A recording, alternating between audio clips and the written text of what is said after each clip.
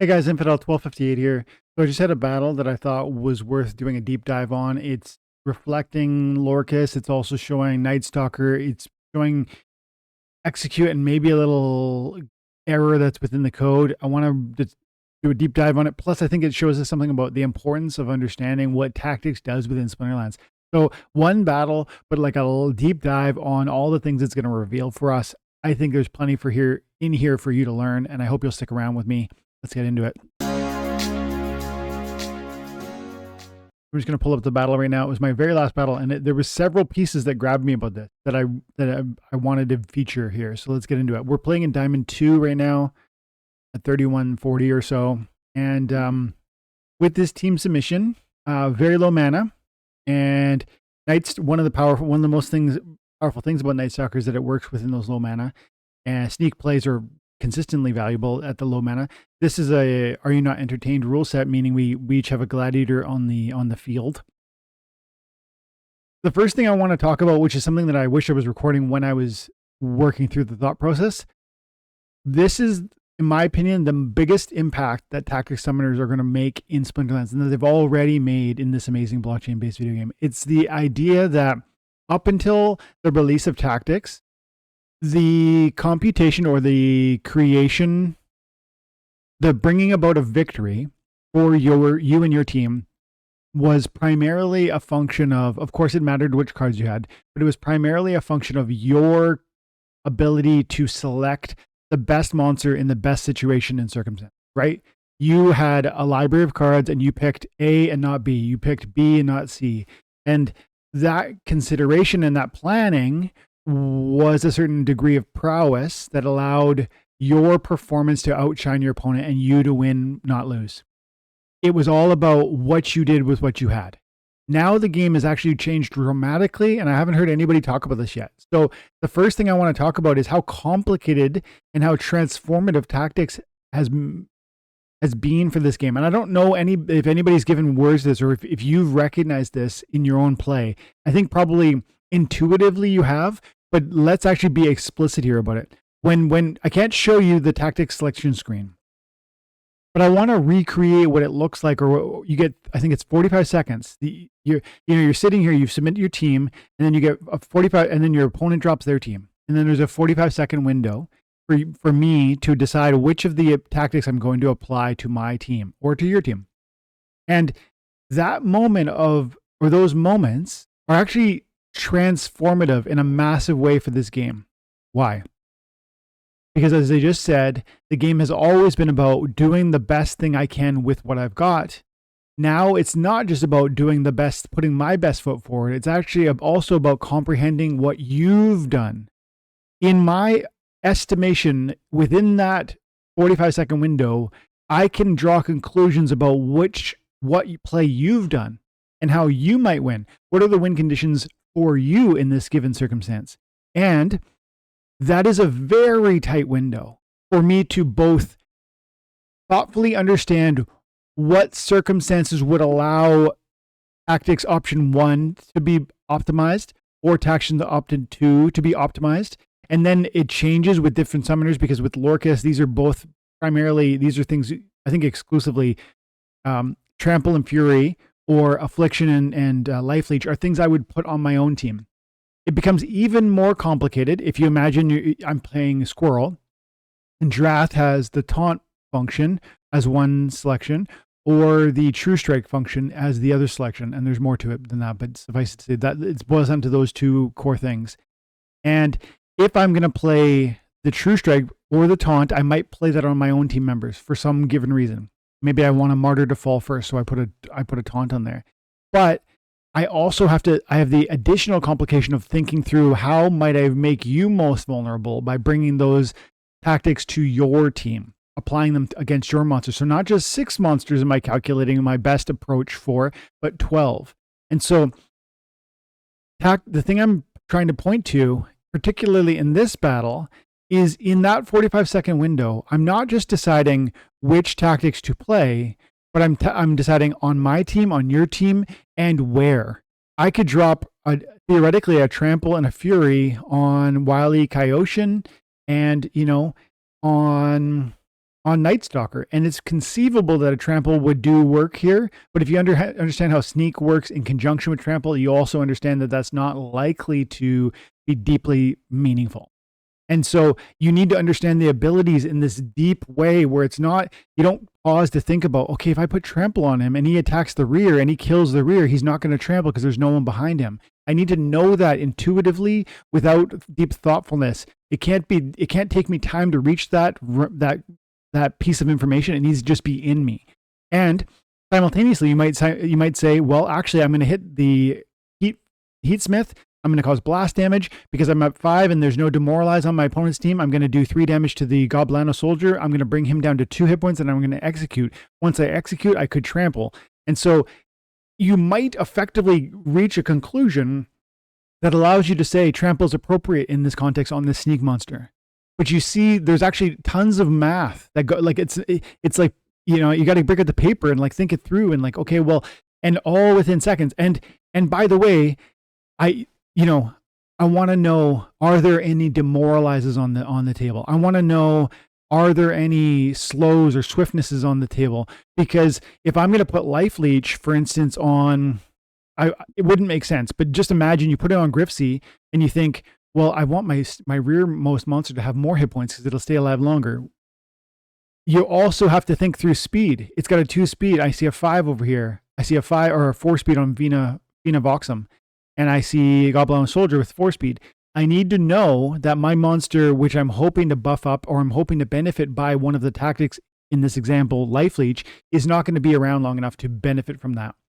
Simultaneously, if you want to put Life Leech on your primary tank, which is sometimes an approach that might make sense, you have to immediately think through within that 5 or 10 second window, because you can't waste the whole 45 seconds calculating this stuff. You need to immediately decide, given the monsters on the battlefield, will I have enough rounds to make the Life Leech mean anything? And so it's not going to, my damage output with Wily Coyote is not substantial, and therefore the Life Leech isn't going to be deeply meaningful. What's more, this is not my carry card. My carry card is the Night Stalker or the Orella Abaddon. You got to know your carries. You got to know your opponent's carries. You got to know how the abilities inside and out. You got to know every one of your opponent's abilities as soon as you see them populate on the battlefield, because a certain demoralize or a certain swiftness or a certain blind might transform everything. If I'm counting on magic monsters, and I think about my team and I plan to play Life Leech because I'm going to just build up this magic monster team that has a huge hit point pool because I've Life Leeched for 2 or 3 or 4 rounds. That's an interesting play. But what if my monsters are slow and your monsters are quick and you have phase? So there's this there's planning that comes into into your team selection, but there's a full dramatic, sometimes a 180-degree turn away from what you had been planning into what you are now needing to do. The win conditions change on a dime in a moment. And so it's really interesting to think that through. In this context, that's something I'm seeing about tactics. And that's how I think actually this has already changed our game dramatically. And I've never heard that language be applied to the game yet. This isn't just a new sort of way of playing Splinterlands. This is a whole new game. I really believe that. The tactics changes that dramatically. It's no longer just about what you can do with what you have. It's actually now also about what does your opponent have and how are they using it? What would be their win conditions and how do we undercut that? How do we diminish that? How do we undermine their approach? And so maybe it's a selective taunt application if you're using Drath, or maybe it's the proper application of Life Leech in the correct spot, not a spot that's going to get wasted, but in fact in a monster that's going to have meaningful sort of attack moments. Let's watch how this plays out, because there's actually more than that. That's like the philosophical thing I wanted to address in this battle. But there's actually an error that I think we're going to see in a moment, and I want to feature that because I want the team to see. I think maybe the execute is proccing a Thorns when it shouldn't. So we'll slow it down a little bit because I don't want to miss it. Or 2 speed, because we're going to hit the Heatsmith once our Night Stalker fires. We're doing 5 damage, so we're going to break all the armor. We're going to do 3 blast damage over here. Then we're going to proc an execute on the Goblin Soldier, and you're actually going to see a Thorn damage happen twice. Once when I hit Heatsmith directly, and once when I hit the Goblino, which shouldn't be the case. Watch this. my rear monster goes down. See, a life leech on that card would have done nothing. It was there as a meat shield, and it was there as a possibility that they didn't do a sneak play. If they didn't do a sneak play, it would have contributed, but it didn't matter. It wasn't carry. It wasn't consequential. It was only a 2 damage output monster. It was there primarily to protect the Orello, and more importantly, the Night Stalker. Even the Orello is dispensable. The Night Stalker is the carry.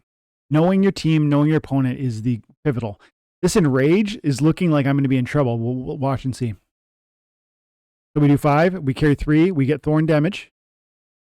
Oh, my bad. Look at that. I want you to notice what just happened.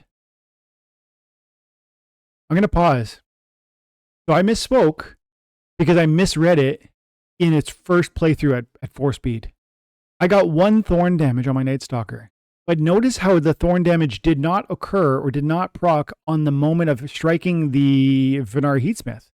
I wonder if that's a mistake. From like an intuitive standpoint, it would seem as though when you strike the thorns, you should be Thorn damaged. But what in fact happened is I struck the thorns, was not Thorn damaged, executed the neighbor, and only after that sequence of attacks or that offense was concluded did my thorns damage land home on my monster. I wonder if that's in order that's how the game has been programmed in order to allow my execute to happen in the same way that maybe a trample should before you die, but I don't know what happens in the example of a trample, and I think the code should align. So if the trample works in the same way, or for that matter, the retaliate, it's the same idea, I think.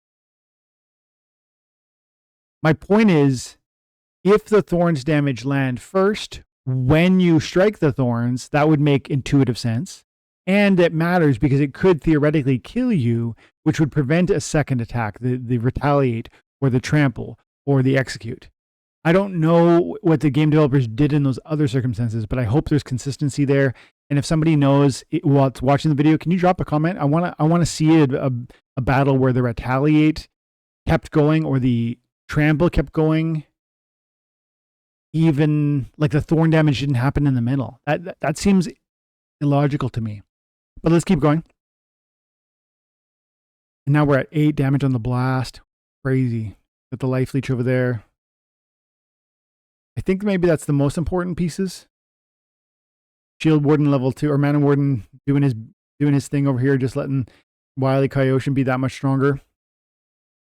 And serving as a distraction. Look at this 11 bomb on the Fina. But the True Strike from the Orella lands home. It's a 2 mana monster. Orella Abaddon.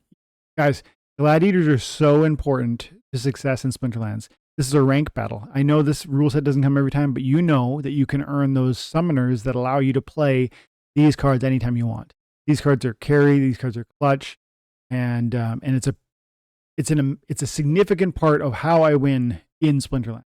And so I guess the main point, because I was wrong about the Thorns damage, 2 pieces I wanted to feature today. One, I think tactics have changed the game in a way that we haven't given voice to. I hope that this video points you in that direction. I'd love to hear your thoughts on that. I think it's a dramatically new angle that Splinterlands now requires, not just comprehension of your team and what you can do with it and what are your win conditions, but now also what are your opponent's win conditions and how can you interrupt it utilizing tactics at the tactic stage. 45 seconds is not a long time to compute all the things. And sometimes one ability on one monster will transform your calculations in a significant way, whether it's a weaken that brings your hit points down 1 more, and now a Thorns is going to kill you instead of allowing you to keep going, or a Demoralize transforms what the Life Leech is capable of doing, or where the Executes will or won't happen. An Inspire chains it into an Execute kill streak, or a Demoralize stops you mid sort of attack. Blinds can be really crazy. If you're counting on a blind, if you're counting on impacts to transpire, but blind and flyer presence, suddenly there's a 40%, 50% chance to avoid from your opponent, and that transforms everything. Knowing all of that immediately without time for stopping and pausing is now more important than ever. And I think that's why the game has become more complex, more challenging, and more entertaining, at least in my opinion. And then the second piece, again, is thorns consistent across those various abilities? I think it should be. I think it would matter, especially if it would have killed me in mid punch. If when I punch you, if you're providing thorns damage, I should be struck immediately, not subsequently, not delayed, not afterwards. Just my thoughts.